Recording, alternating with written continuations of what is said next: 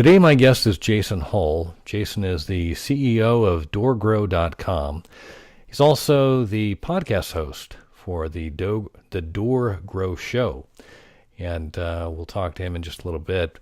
But before we get started, I wanted to remind you, if you like the show, CREPN Radio, we would love to hear from you. You can like, share, and subscribe. Also want to remind you, if you'd like to see how handsome our guests are, please check out our YouTube channel, Commercial Real Estate Pro Network. And with that, I want to welcome in my guest, Jason Hull. Jason, welcome to CREPN Radio. Darren, thanks for the welcome. Appreciate you having me on the show. Well, I'm really excited to talk with you today. We've talked a little bit before push the record button here, and I think we've got a great show for the listeners here. Before we jump into the topic, if you could do myself and the listeners a favor and just share a little bit about your background. Yeah, sure. So I've always been kind of a nerd in the family. The rest of my family, a lot of them are involved in real estate. Mom grew up with a real estate mom, doing real estate deals. She's still doing real estate deals. And my youngest brother started working with her doing real estate. And I've got another brother that does commercial real estate. And then I have another brother that runs a property management business. I've got 4 younger brothers. And then we've got me, who is kind of the nerd in the family that's really into marketing and into figuring things out. And then I've got one other brother that he has a PhD in finance, which is really random. So so because of my connection to that, I ended up helping my brother with a property management website about a decade ago, I guess now. And he had just bought into a big franchise. He was struggling to get things started. And then I had a bunch of his fellow franchisees wanted some of the stuff that we were doing for him. And then we started getting clients all over the U.S. and it kind of blew up from there. And DoorGrow was sort of born as a consulting firm eventually, after talking with hundreds of property management companies and being kind of the fly on the wall and being their secret weapon in the background. We decided to focus a bit more on the consulting side of things because I'm really excited about helping grow their businesses. And we still do websites. That's still a little piece of what we do, but we've broadened our focus towards doing whatever it takes to help them grow their businesses. Got it. So, and just to be clear, so the listeners and myself are all on the same page here, your primary client is property managers, correct? Yeah. So my avatar that I focus on are property management business owners that are entrepreneurs that are looking to get more clients to manage properties for. And so that's generally who we target. So we don't work a lot with owner operators because they're really just looking for tenants or, to get leases. But I get really excited about helping people build residual income businesses because that's very similar to what we want to do at our own company. Got it. And, when we were talking a little bit before we started recording, we were talking a little bit about how many of the real estate investors out there that are already managing their own portfolio, but have maybe not thought about, the opportunity that exists to offer that service to other investors.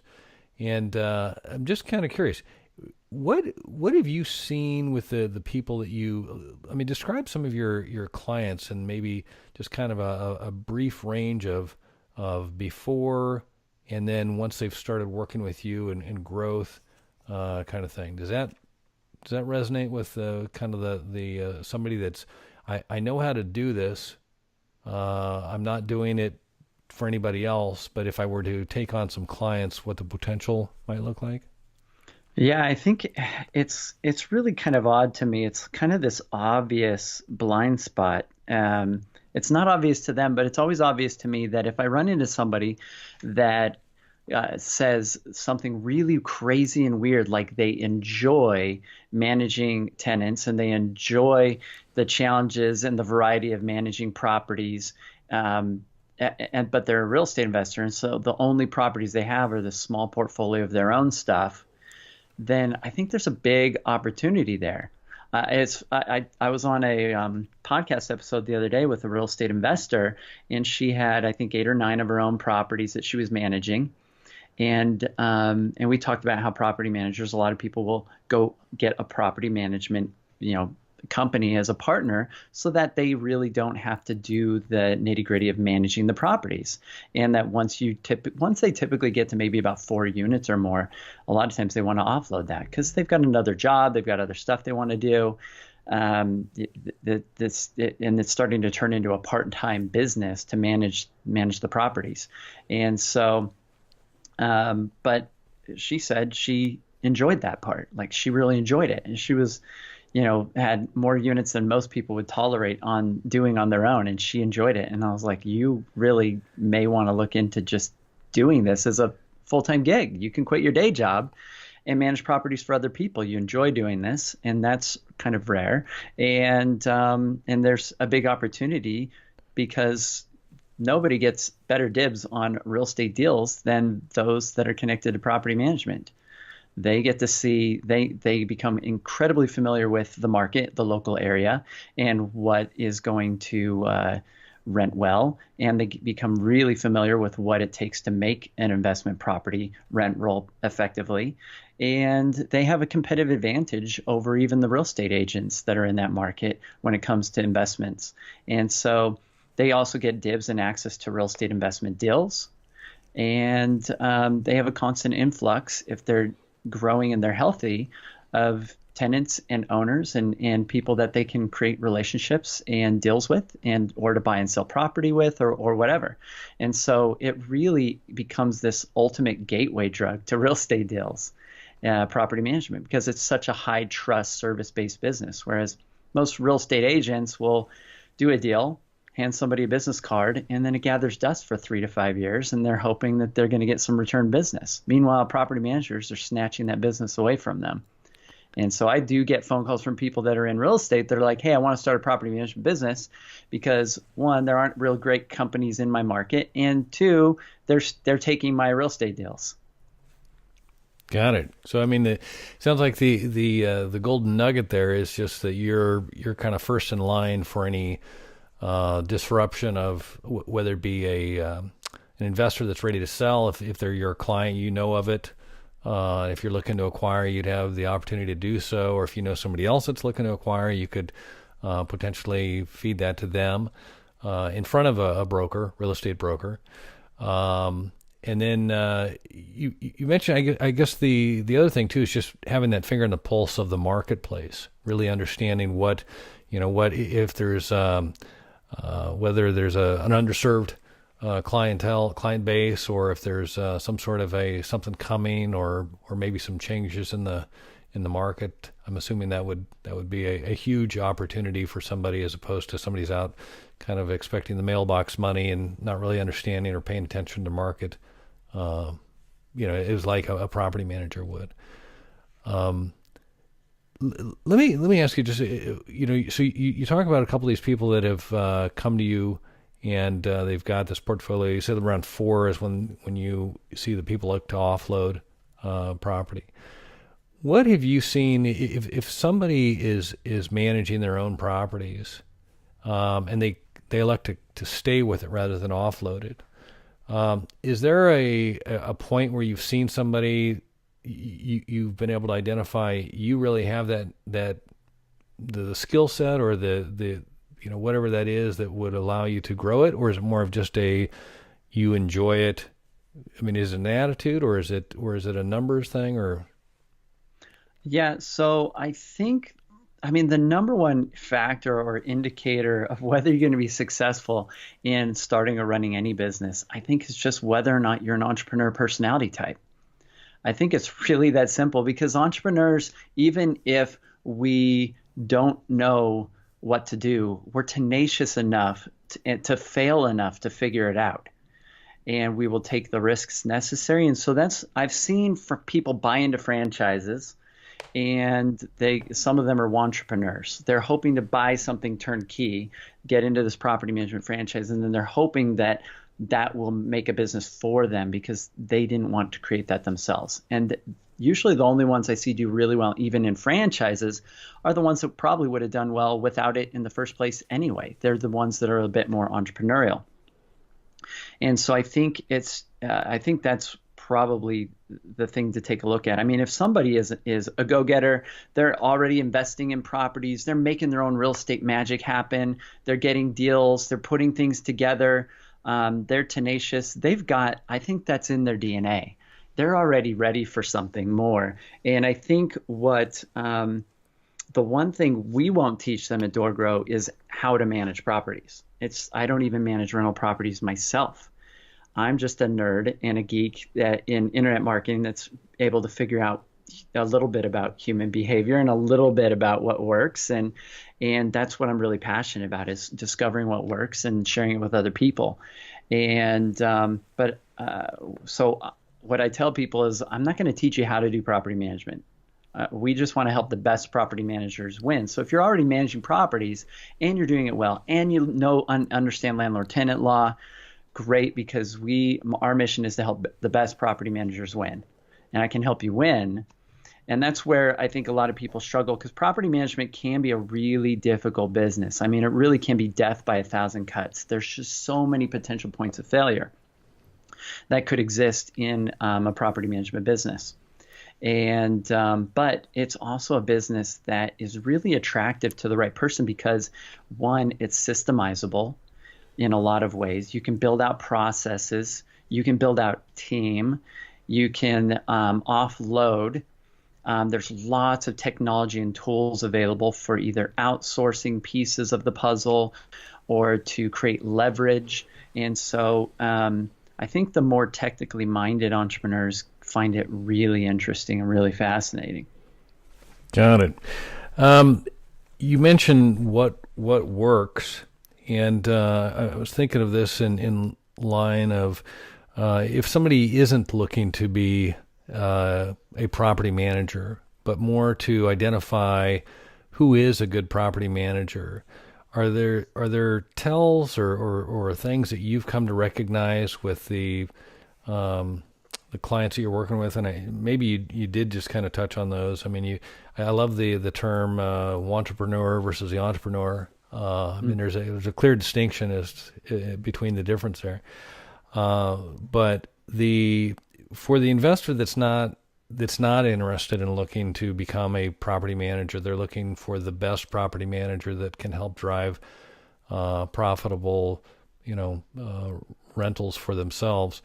Are there some things that you've identified in your practice that the listeners could glean and help recognize a top quality property manager? Yeah, so let's talk a little bit about how to spot a good property manager. Because I mean, if you have your own investment portfolio and you're getting tired of or burnt out of managing it, you're getting interrupted on Christmas or Thanksgiving, or you feel anxiety every time the tenant shows up on your caller ID, it might be time to offload that stuff. There's no reason you should have to deal with that. Especially if you're dealing with vacancy. I mean, typically in any type of management, an entire month of vacancy, if you're paying for this property, is like a year's worth of management fees. And they're usually really good at taking care of those problems really quickly and doing it well and doing it legally so that you aren't putting yourself into some serious potential hot water. So they stay up on all this. So here's how I would identify a good property manager. I mean, there's the obvious signs of looking at their online reviews. Generally, a lot of property managers get negative reviews from tenants, but really great companies have figured out how to please both sides. And you'll see that they will consistently have good reviews across the board on multiple channels. If you see that they only have a whole bunch of really good reviews on one channel and really bad reviews everywhere else, then that could mean they're just kind of gaming that system and they're not really legitimately delivering great service. And the reason I bring that up is in property management, if you're not delivering great service to the owners and to the tenants, then it's usually because you don't have the capacity to deal with it. And that's usually because you don't have cash flow and you don't have growth. And so property management businesses, the only ones I think, this goes probably for any business, the only businesses that are really healthy are the ones that are growing. They have sales, they have revenue, they're acquiring new clients. And so that's why that's one of the key problems that we'll solve with our clients. Most people come to us and they're doing all the standard stuff that they think will help grow the business, including SEO, pay-per-click, content marketing, social media marketing. And they come to us and there's a lot of confusion about what we do, because as a consulting firm, they always say, what are you going to do? Are you going to how do you get me leads? How do you help me grow? Are you going to do SEO, pay-per-click, content marketing, social media marketing, or any of this stuff? And we tell them, no, we're going to do something totally different. And part of that, all of that really is connected to SEO. Like it's this mythical creature that they think if they capture, they will suddenly have all the business that they want. It's like, if I could just have the top spot on Google, suddenly everything will be great. But there's property management businesses I know that behind the scenes, even having the top spot on Google, they're losing more doors than they're getting on, due to the market, due to people selling off properties, stuff like that. And so they're not able to retain units under management, or they're kind of flat. And if they're not growing, they're struggling and it becomes painful. And so what we do is we help them focus on more organic methods, because if you go to trends.google.com, you can look and see what the search volume is compared to different search terms. And so if you plug in property management and you change the date and you filter it by the US and change the date back to the earliest metric that they've been keeping tracks, which is 2004, property management search volume for that phrase really hasn't increased since 2004. In fact, it's been on the decline since 2011, since the summer of 2011. And so that means less people are searching for property management. So that makes it really difficult for property management businesses that think that that's their savior. They think SEO is going to save them. And so they start throwing money to marketers, and guess what marketers are really happy to do? Sell their services, and use their money, right? And so we have kind of this contrarian message that that there's more effective strategies. And so in property management, we focus a lot on the residential side, but commercial, I'm sure there's similarities, but there's a lot of properties. The majority on the residential side of properties, rental properties out there, are self-managed. On the commercial side, I think there's probably a high percentage that are owner-operators that are managing it themselves. And so on residential, it's about 70% are self-managing and 30% are managed professionally. Ironically, the 30% that are self-managing, the existing small amount of market share, the 30% that are not self-managing, that are working with a professional company to do it, they're generally not looking for another company. They're comfortable. In fact, they have to get incredibly uncomfortable to switch companies, because it's a painful thing to go find another management company and change that. Usually they have to have some sort of obvious evidence of the property manager embezzling funds or doing something really terrible to get them to do like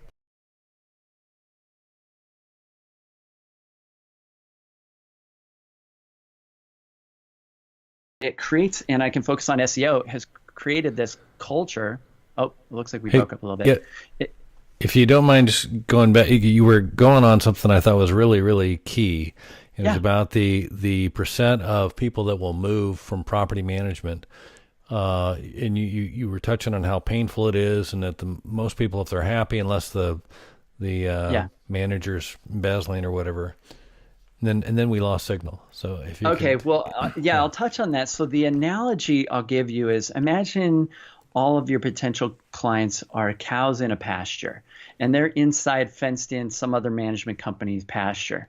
The idea that you can convince that cow to jump over the fence into your yard, which it can do, but is really unlikely. It has to be really scared or really in pain in order to do that. And so new property managers come in, they come to me and they're like, oh, we're gonna have cheaper prices, and we're gonna have better service, and we're not gonna make all the mistakes these big companies are making.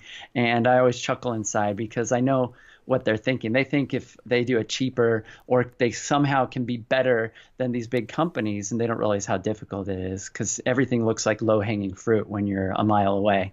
But they think it's going to be so easy, and so they come in and then they end up as the solopreneur with maybe about 50, 60 units, and they're trapped and they can't afford to hire their first employee. Because they've taken on too many contracts at too low of a price.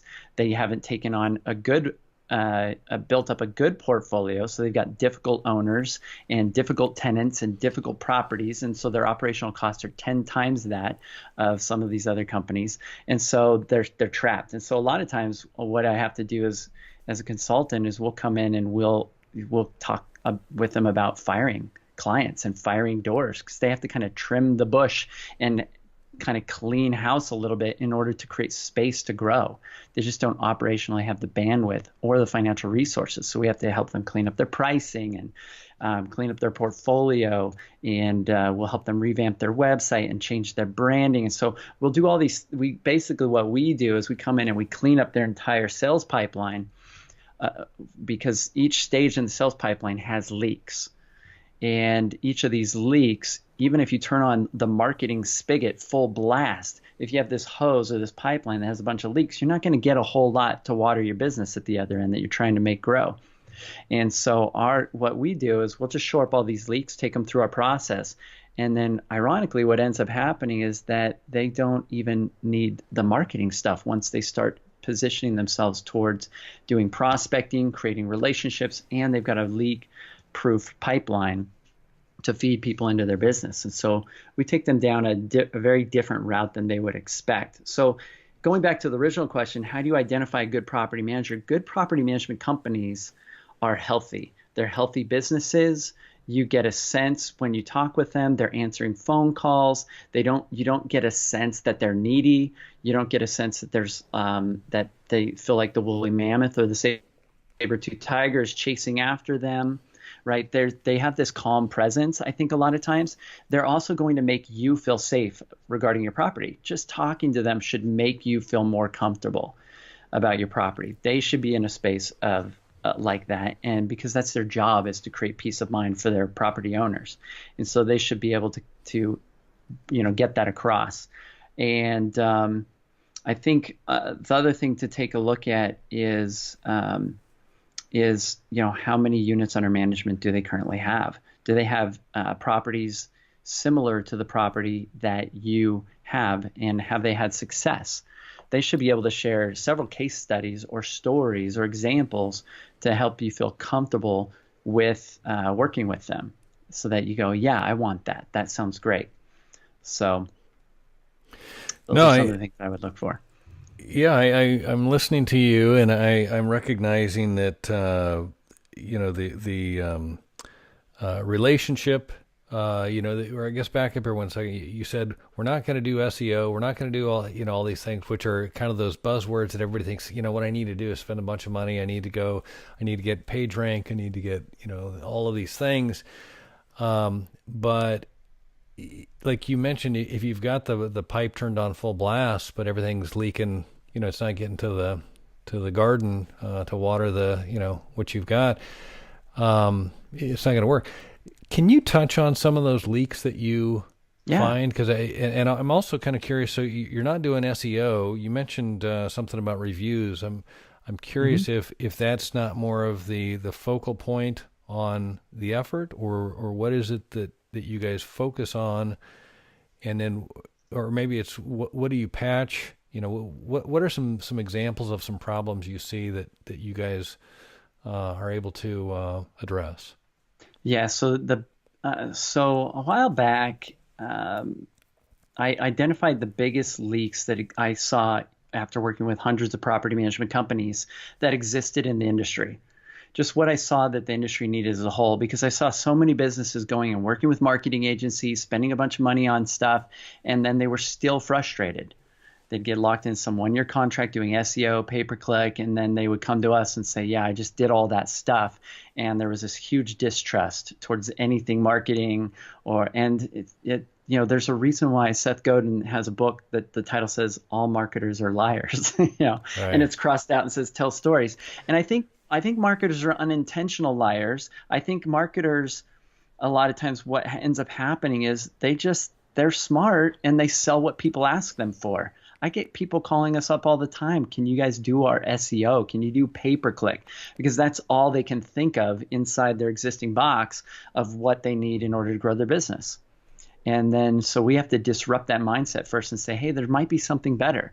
In fact, as search volume has been decreasing, competition has been increasing dramatically in SEO.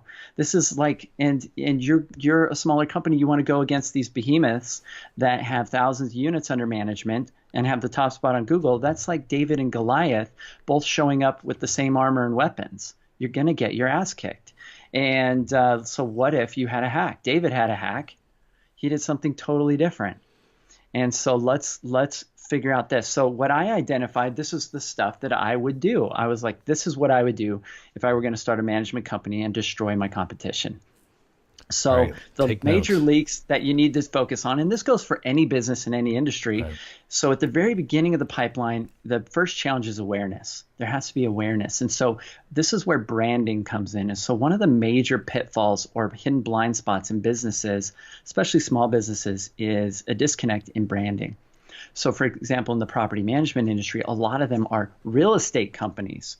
And so if they're branded as such and such realty or such and such real estate, right there, they're immediately distancing themselves from their target audience that are looking for a specialist to manage their property. Most people don't want to go turn their property over to a real estate agent that their main focus is the hustle and grind and getting on the next deal while the property is on the back burner and gathering, not being maintained or taken care of properly. And so people want specialists. Same thing in the medical profession. People want to go to a specialist if they have something that matters to them. This is people's biggest investment ever sometimes, these rental properties. And somebody that is a real estate agent isn't really probably going to be the person that they want to go with. So they're looking for somebody that's branded in that category. And then branding, the crux of branding is being memorable. And so a lot of brands just aren't easy for people to remember. They have generic names, they have acronyms, and what happens when branding is off, it has the biggest impact, the largest impact on their best source of leads, which is word of mouth. Because if people can't remember you, it hurts word of mouth. And word of mouth is the best way to get leads. And the leads that come from word of mouth are warm leads, which means they already somewhat know you, trust you, and like you.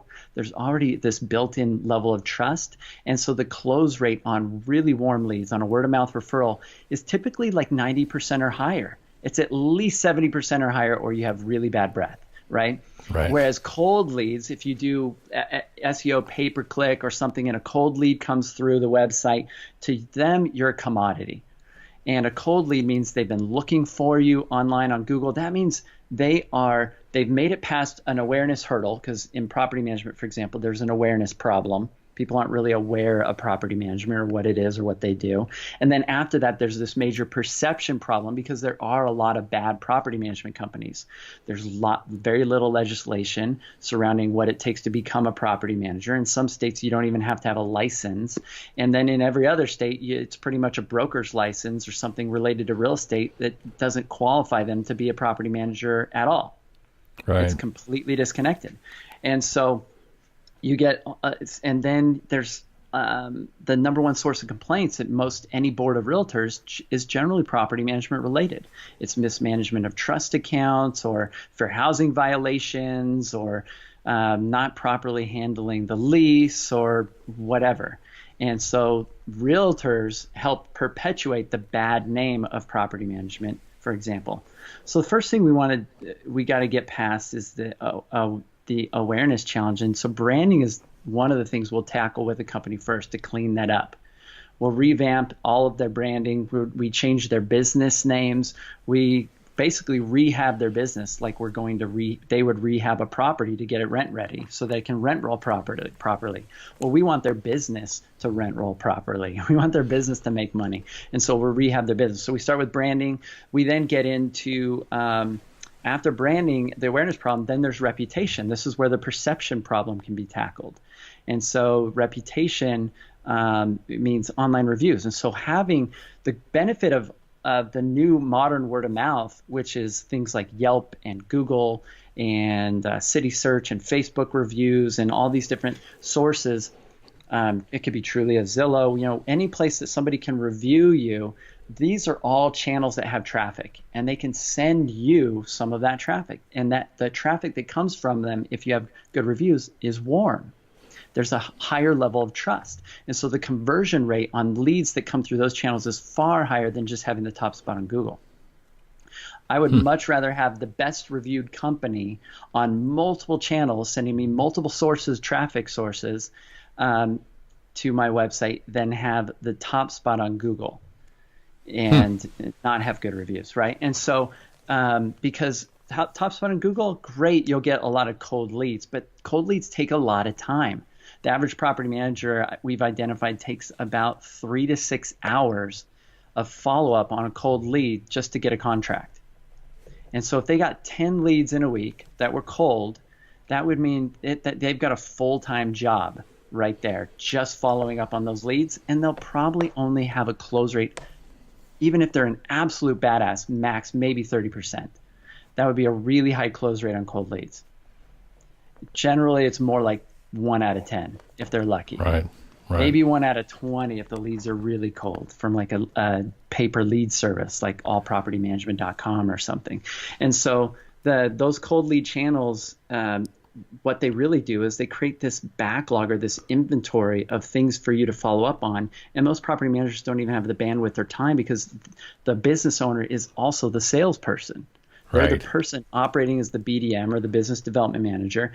And that means they're really basically a shitty part-time salesperson. They can maybe spend about 5, maybe 10 hours a week focused on sales follow-up. So that means they maybe have the bandwidth to follow up on maybe a tiny handful of leads in a week, and the likelihood of them closing even one of them is pretty small. So cold leads is really this game that we try to shift their focus away from. Cold leads is a game for a 4 to 600 unit company. It's a game that a company that has already mastered the warm lead game can now start to play as an auxiliary or an ancillary source of income. It's like cold leads are like a vitamin pill after you've already started taking protein powder and while you're working out. Right. Not your main source. No, that's... So we'll start with branding. We'll get into reputation. Then we move on to doing their websites. So we've always built really high converting websites. The websites are focused on creating trust rather than, kissing Google's butt. And so they're focused on creating conversions. They're focused on things like trust symbols and social proof and good copy and clarity in answering the 3 core questions that people have when they land on a page, which is, what do you do? Why should I choose you over your competition? And what do you want me to do next now that I'm somewhat sold, right? And so it needs to answer these core questions. So we focus on the website piece. And then we get into, we also focus on them with pricing strategy and psychology. And so we want to make sure that they're priced effectively, that they know how to price, that they know how to target different types of buyers psychologically with price. A lot of management companies or businesses will fail in only having one fee or one, percentage fee or one management fee instead of having different categories of fees for different categories of buyers. And so we'll focus on that, and then so that they can close more deals at a higher price point and provide better service. And then we'll get into teaching them sales. So once they're getting leads, we want to make sure that they are closing deals. And so we'll focus on building out a really effective sales process, and then we'll teach them sales language like connected to NLP and how to communicate effectively so that they can close deals a lot more easily because they're an effective communicator. And so then we'll get into, and then after we have that whole pipeline shored up, then what we want to do, because now they have warm leads coming in, even if they're cold, they know how to close them, so their close rate's high. We've had some clients just double their close rate just by going through the sales training piece. And then what we want to do is have them turn on a new spigot. Instead of cold lead marketing, we want them to turn on the spigot of prospecting. Prospecting is where you start shifting towards doing one-to-many sales, so you're creating even more leverage. Prospecting is where you're getting in front of groups and you're presenting and you're being able to showcase your expertise in real estate investing, and you're able to capture people as an authority in your market, and you're capturing people long before they ever start searching on Google for property management, long before they ever are maybe even aware of property management. You're the person that exposes them to it, because there's 70% available market share out there to be created. Right? And there's all this opportunity. So we're shifting our clients' focus towards that blue ocean instead of the red water where all the property managers are fighting tooth and nail over the coldest, crappiest, worst, most price-sensitive leads via SEO. Right. We'll shift them over towards creating relationships with real estate investors in their market, connecting with realtors or real estate agents that are connected to theirs, and creating some sort of joint collaborative sort of effort. So that they're getting more referrals. And so by doing these things, they're able to grow far faster than even some of the largest companies in their market that they're competing with. And that is so, and what that creates is our clients, we basically created at DoorGrow an army of property managers that are creating new market share for the property management industry instead of fighting competitively over the coldest, worst leads.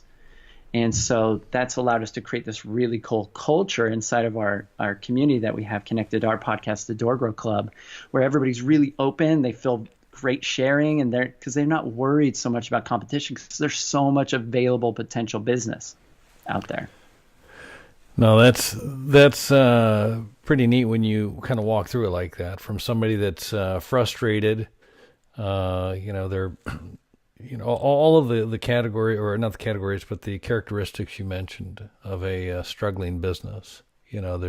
They've priced themselves improperly, thinking that they can, capture market share by doing what others are doing for less. They've attracted all of the wrong clientele. Now they're buried under them, and they can't swim. I mean, they've tied themselves to a bad type of client, and I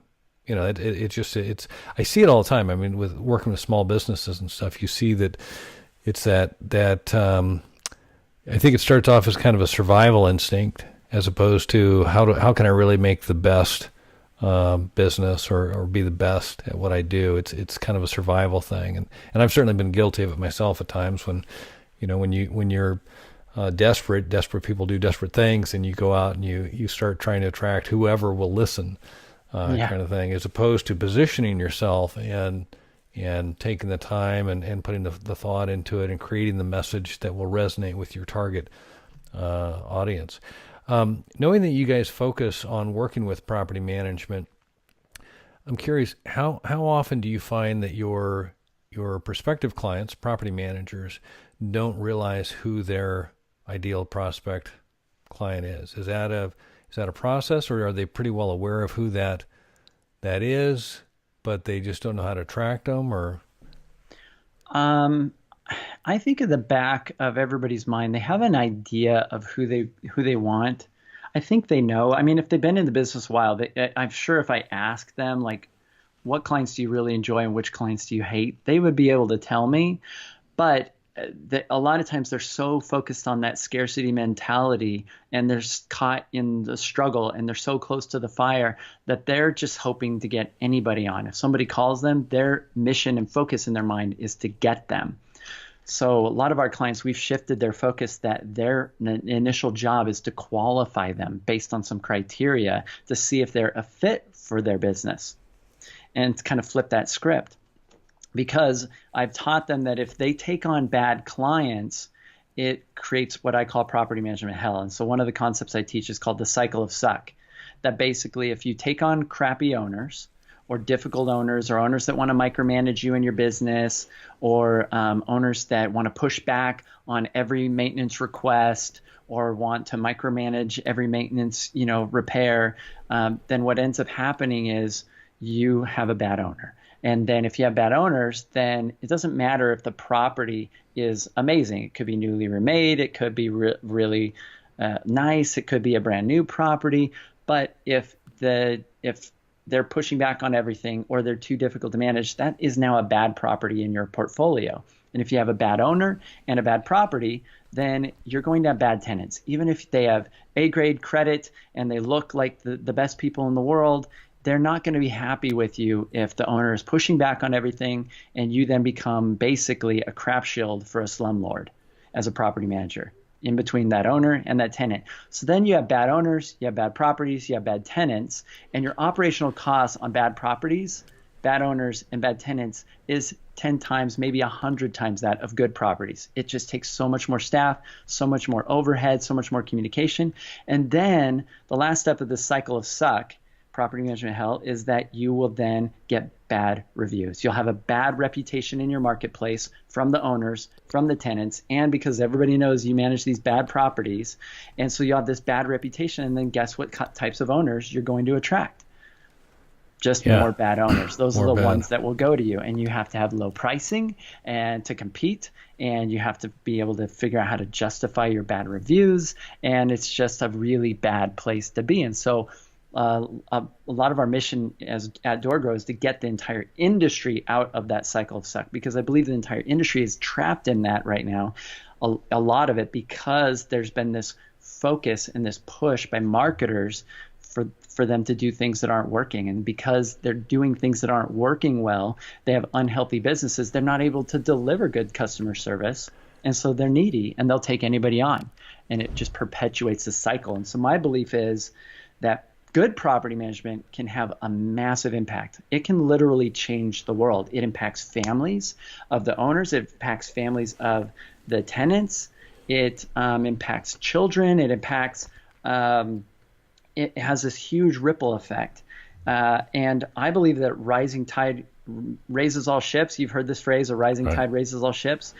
But I think the property management industry right now is at such a low that the ships, some of them, are sitting on rock. They're sitting, and I think a rising tide will raise most ships, but there will be several that will just go under. And that's a good thing. They have holes in them. They shouldn't even be operating. They should be, and if the tide goes up enough, they're either going to have to patch those holes and level up, or they're going to go under, and the other companies will buy out their contracts. Oh, that's I love that analogy. The if it's good for all, everyone benefits, kind of thing. Change that culture. That's great. Hey, wanted to ask you quick before we wrap this up. In your effort to rebrand and remessage and get the reviews and get out in front of. I mean, I guess prospecting was kind of the down the road kind of thing. It's kind of shore up your base there to begin with. Do you make any efforts in outbound marketing, or is it more of an inbound kind of thing that you go to the sources of the reviews and that, and go to that first and try and focus on that, where it's I guess I would say that's more of a social proof concept kind of thing. Do you put any effort into the outbound marketing? Does that make sense? I mean, like, I don't know whether it be postcards, emails, or is it more of a matter of change your image, change your position, get solid with your message, and work on the core that you have to tell good things about you, so you get that word of mouth. Does that make sense? So initially there is, the latter, but then we'll get into the prospecting methods. So we actually have trainings on different prospecting methods for property managers to grow their businesses. And so my belief or idea is that business really and get deals is about relationships. And the deeper and more intimate that relationship can go more quickly, the higher the level of trust. And business operates at the speed of trust. And so if there's a higher level of trust involved, your business will grow faster. And so all of it kind of works together. Having a website that creates trust, having online reviews that create trust, having branding that makes them feel safer, creates trust, having a sales process that allows you to communicate effectively and create more trust in you than they would have in another company. And but ultimately, I think prospecting is where you're going out, identifying your avatar, your target audience, and hanging out with them and creating real connections and real relationships. And if you can do it in a one-to-many fashion, you're actually doing sales in bulk, which is Right. much better than or lead gen in bulk at a deep level. And so, one example is we had a client in Indianapolis. He was a single family residential property manager, started getting into small multi, and he was doing, he had maybe about 50 or 60 units, which is where we typically see people as a solopreneur get trapped or stuck. And he'd been in business for 3 or 4 years, couldn't grow past that. He couldn't afford to hire anybody.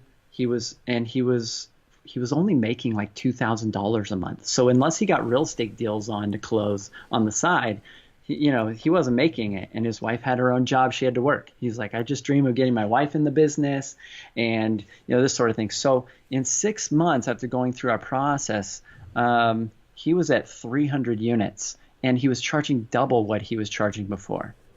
Wow. And so the challenge is, and he had already spent before he came to 30 grand on branding and a website with some big company or something. And so the challenge was for him is his pricing was off. His branding was fine. We didn't really mess with that too much. A little bit of a tweak to make sure people understood it was property management, but then a more effective website, and then we shifted him towards getting good online reviews.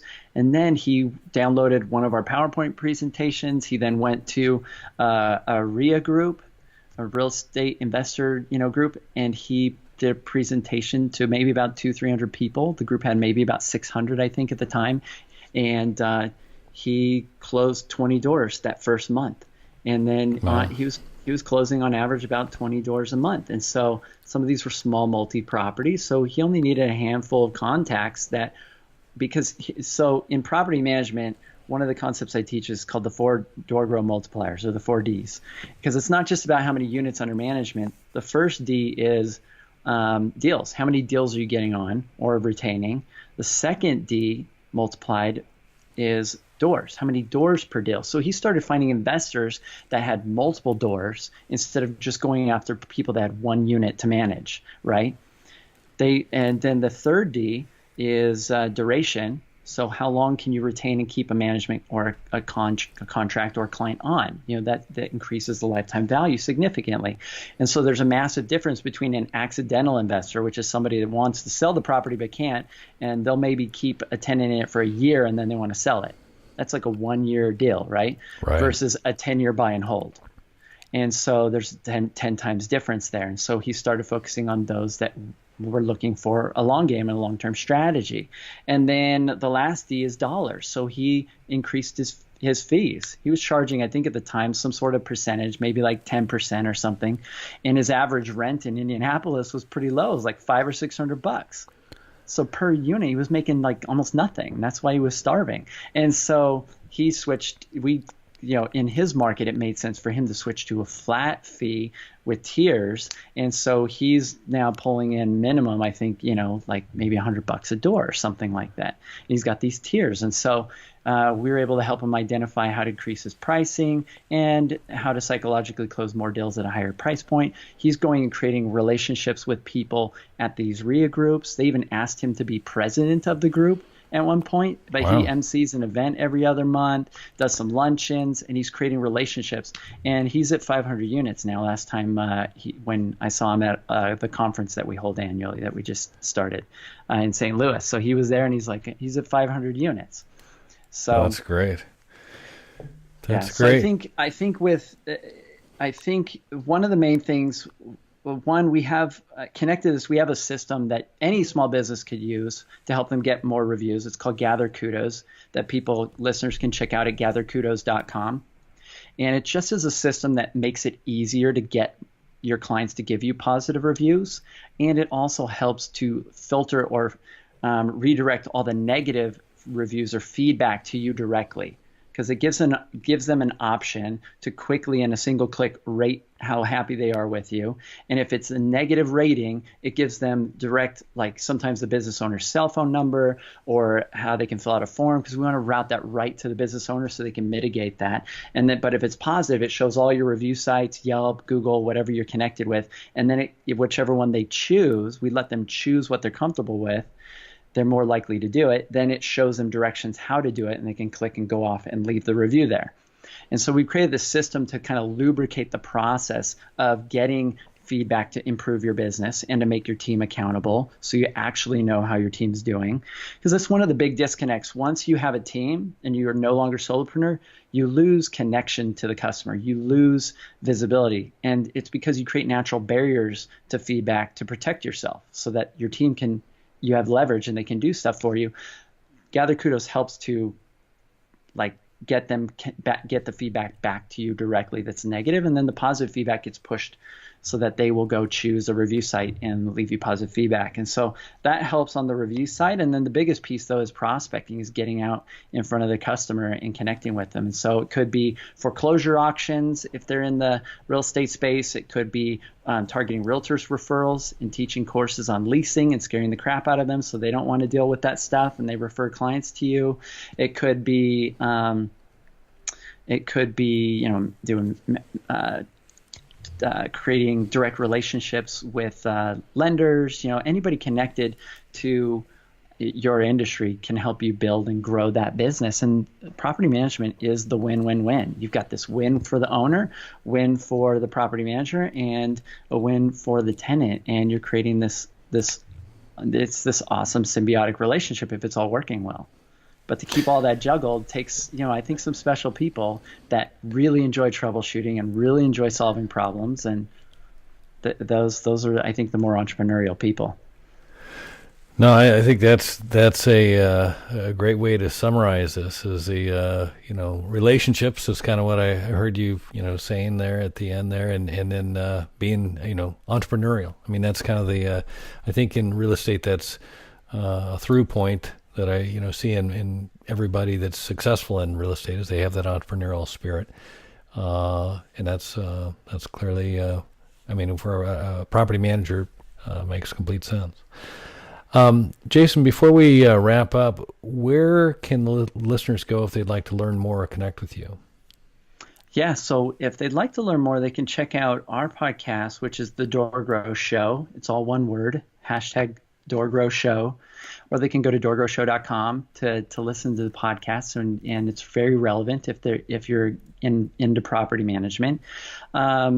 Easiest place is to go to doorgrow.com, which is our main website. And if they are seriously considering getting into property management, starting to manage properties for other people, they feel like they have a good grasp on what it takes to keep tenants and owners happy, and they feel like they might be a natural fit to expand and start doing property management. And our mission is to help the best ones win. They could go join our Facebook group, the Door Grow Club, and you can just go to doorgrowclub.com and that will redirect you to it, and they can apply to get into the group. It's free. And those are all great channels. And if anybody's looking just to connect with me because they think I'm interesting for some reason, they can just I'm King Jason Hull, King Jason Hull, Hull, on all social media. So. All right. Well, Jason, I can't say thanks enough for taking the time to share and teach us all a little bit about how to grow in property management, what to look for in a quality property manager. And hopefully we can do it again soon. Yeah. Thanks, Darren. Appreciate it. All right. For our listeners, if you like this episode, don't forget to like, share, and subscribe. Remember, the more you know, the more you grow. That's all we've got this week. Until next time, thanks for listening to Commercial Real Estate Pro Network's CREPN Radio.